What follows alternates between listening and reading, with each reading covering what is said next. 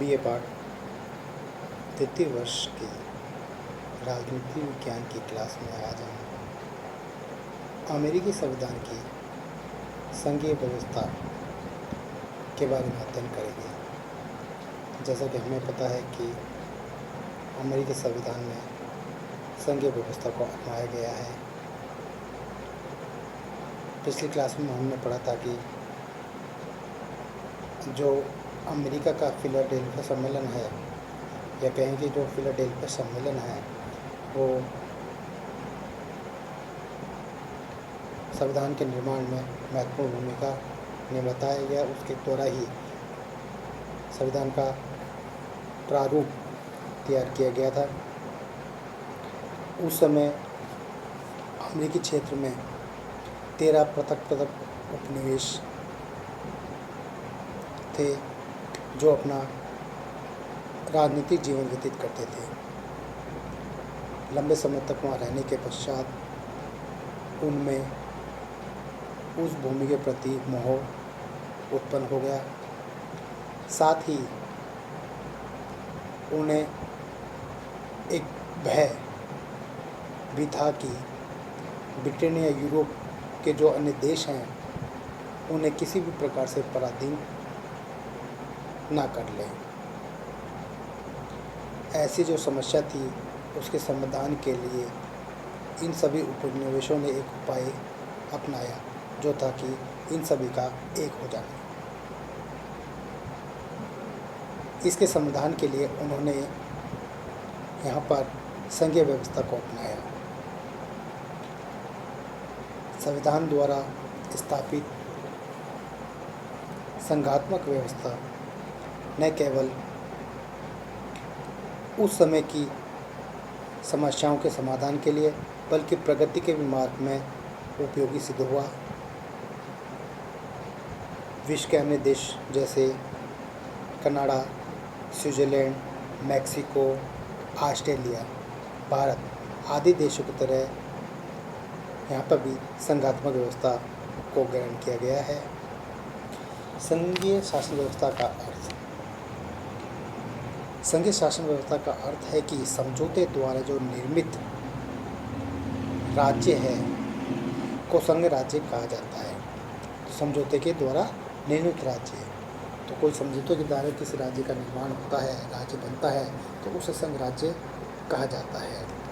संवैधानिक दृष्टि से इसका तात्पर्य एक ऐसे शासन से है जिसमें संविधान द्वारा ही केंद्र सरकार और इकाइयों की सरकारों के बीच में शक्तियों का विभाजन कर दिया जाता है। तो किसके बीच में? केंद्रीय सरकार और जो राज्य की सरकारें हैं उनके बीच में शक्तियों का विभाजन कर दिया जाता है। साथ ही ऐसे व्यवस्था की जाती है कि दोनों पक्षों में से कोई भी अकेला एक पक्ष इस शक्ति विभाजन को परिवर्तित ना कर सके। कहने का तात्पर्य है कि दोनों सरकारों के बीच में शक्तियों का विभाजन कर दिया जाता है। सभी अपनी अपनी जो शक्तियां हैं उसके अनुरूप कार्य करती हैं, तथा कोई भी इन शक्तियों में परिवर्तन नहीं कर सकता है अकेला। कहने का मतलब दूसरे पक्ष की स्वीकृति सहमति के बिना कोई भी एक पक्ष इसमें परिवर्तन नहीं कर सकता है। अमेरिका में संघीय व्यवस्था के लक्षण। जो अमेरिका में संघीय व्यवस्था के लक्षण हैं उनको 7 भागों में बांटा गया है, जिसमें प्रभुत्व शक्ति का दोहरा प्रयोग फर्स्ट पॉइंट, सेकंड पॉइंट शक्तियों का विभाजन, तीसरा संविधान की सर्वोच्चता, चौथा पॉइंट न्यायालय की सर्वोच्चता, पांचवा दोहरी नागरिकता, छठा पॉइंट संघीय व्यवस्था के लिए द्वितीय सदन में इकाइयों का समान प्रतिनिधित्व, और सातवां पॉइंट आता है जो है कि राज्य की प्रादेशिक अखंडता अलमुनियन। अब हम इसके फर्स्ट पॉइंट की ओर चलते हैं, जो है प्रभुत्व शक्तियों का दोहरा प्रयोग। जो अमेरिकी संविधान है यहाँ पर जो प्रभुत्व शक्तियाँ हैं उनका दोहरे प्रयोग की व्यवस्था की गई है। प्रभु शक्ति से तात्पर्य जैसे कि केंद्र सरकार और राज्य सरकार दोनों को ही संविधान के द्वारा यहाँ पर मान्यता प्राप्त है और ये दोनों ही अपने अपने क्षेत्र में कार्य करने के लिए स्वतंत्र है। ठीक है, केंद्र सरकार और राज्य सरकार है, दोनों को अलग अलग शक्तियों का डिवाइडेशन कर रखा है और उस शक्ति के अनुरूप ये अपने अपने क्षेत्र में कार्य करते रहते हैं। सेकंड पॉइंट, शक्तियों का विभाजन। संघीय व्यवस्था होने के कारण संविधान द्वारा केंद्रीय सरकार और इकाई की जो सरकार है इनके बीच में शक्तियों का विभाजन कर दिया गया है, जिनमें केंद्रीय सरकार को संघीय कार्यों के लिए करारोपण, कर लगाने का, राष्ट्रीय साख पर ऋण लेना, वैदेशिक मतलब विदेशी व अंतर्राष्ट्रीय व्यापार, मुद्रा, सिक्के, वैदेशिक संबंध, संधियां दूसरे देशों के साथ में, सेना, डाक, सेवा, नाप, तोल आदि जो शक्तियां हैं वो केंद्र सरकार को प्रदान की गई है। दूसरी ओर यहाँ पर राज्यों को भी शक्तियाँ प्रदान की गई है, जिनमें स्थानीय कर, राज्य की शाख पर ऋण लेना, राज्य के आंतरिक क्षेत्र में व्यापार, दीवानी फौजदारी कानून, पुलिस, शिक्षा, स्थानीय स्वशासन, परोपकार, सुधार, यातायात और निगमों का संगठन और नियंत्रण आदि शक्तियां हैं और राज्य सरकार को दी गई हैं।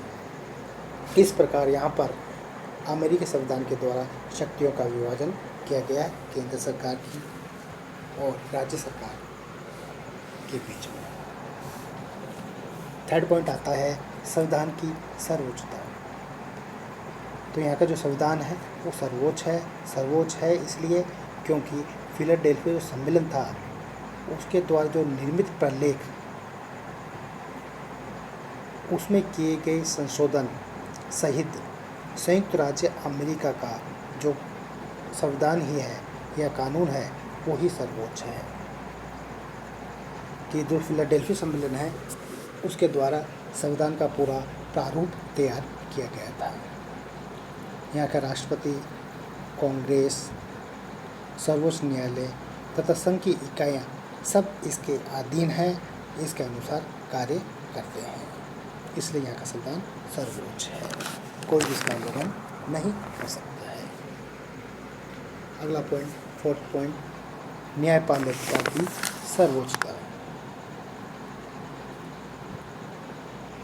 अमेरिका में न्यायपालिका भी सर्वोच्च है। सर्वोच्च न्यायपालिका संविधान का उल्लंघन करने वाली वे कार्य को अवैध घोषित कर सकता है। साथ ही सर्वोच्च न्यायालय का कार्य संविधान की व्याख्या व रक्षा करना है। पांचवा पॉइंट, दोहरी नागरिकता। तो यहाँ पर जो नागरिक हैं उनको दो प्रकार की नागरिकताएं प्रदान की गई है। कहने का मतलब है प्रत्येक व्यक्ति को दो नागरिकताएं प्राप्त हैं, एक जिस संयुक्त राज्य अमेरिका की और दूसरी जिस राज्य में वह निवास करता है उसकी। जैसे हम भारत में निवास करते हैं तो यहाँ वहाँ के नागरिकों को पूरे भारत की नागरिकता प्राप्त है और भारत में जिस राज्य में रहता है, जैसे हम राजस्थान राज्य में रहते हैं तो उन्हें राजस्थान राज्य की नागरिकता भी प्राप्त है। तो जैसे भारत की नागरिकता हुई साथ में राजस्थान की नागरिकता हुई, उसी प्रकार अमेरिका संविधान में भी नागरिकों को दोहरी नागरिकता प्रदान की गई है, एक पूरी केंद्र की संयुक्त राज्य अमेरिका की और दूसरी जिस राज्य में वो व्यक्ति निवास करता है, इसलिए यहाँ पर दोहरी नागरिकता इसकी विशेषता है।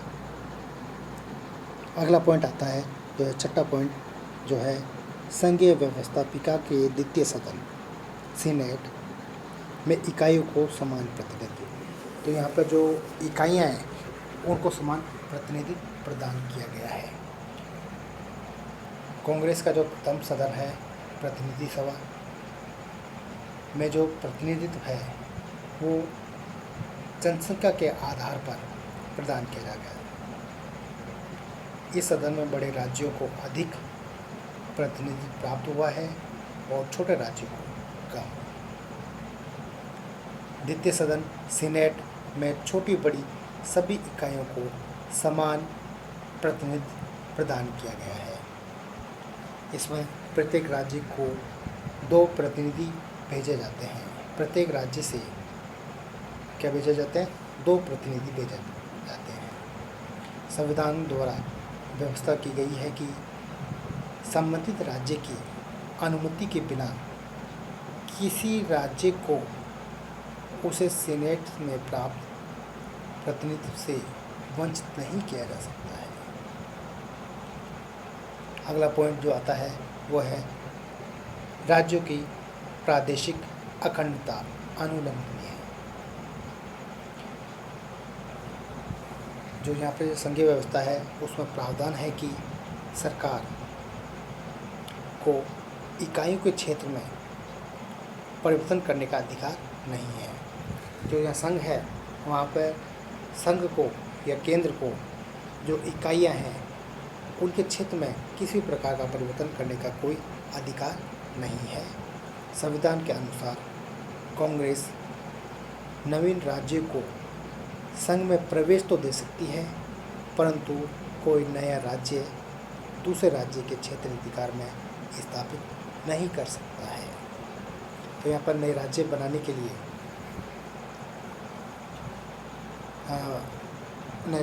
के लिए परमिशन तो दे सकती है, लेकिन कोई नए राज्य है उसको दूसरे राज्य में समाहित करना है, उसमें स्थापित करना है, एक करना है, क्षेत्रफल कम करना है, बढ़ाना है, तो वो ऐसा कार्य नहीं कर सकती है। ना ही 2 या 2 से अधिक राज्य या उनके भागों को मिलाकर बिना उस राज्य की सहमति से इनकी सीमाओं में परिवर्तन नहीं कर सकती है।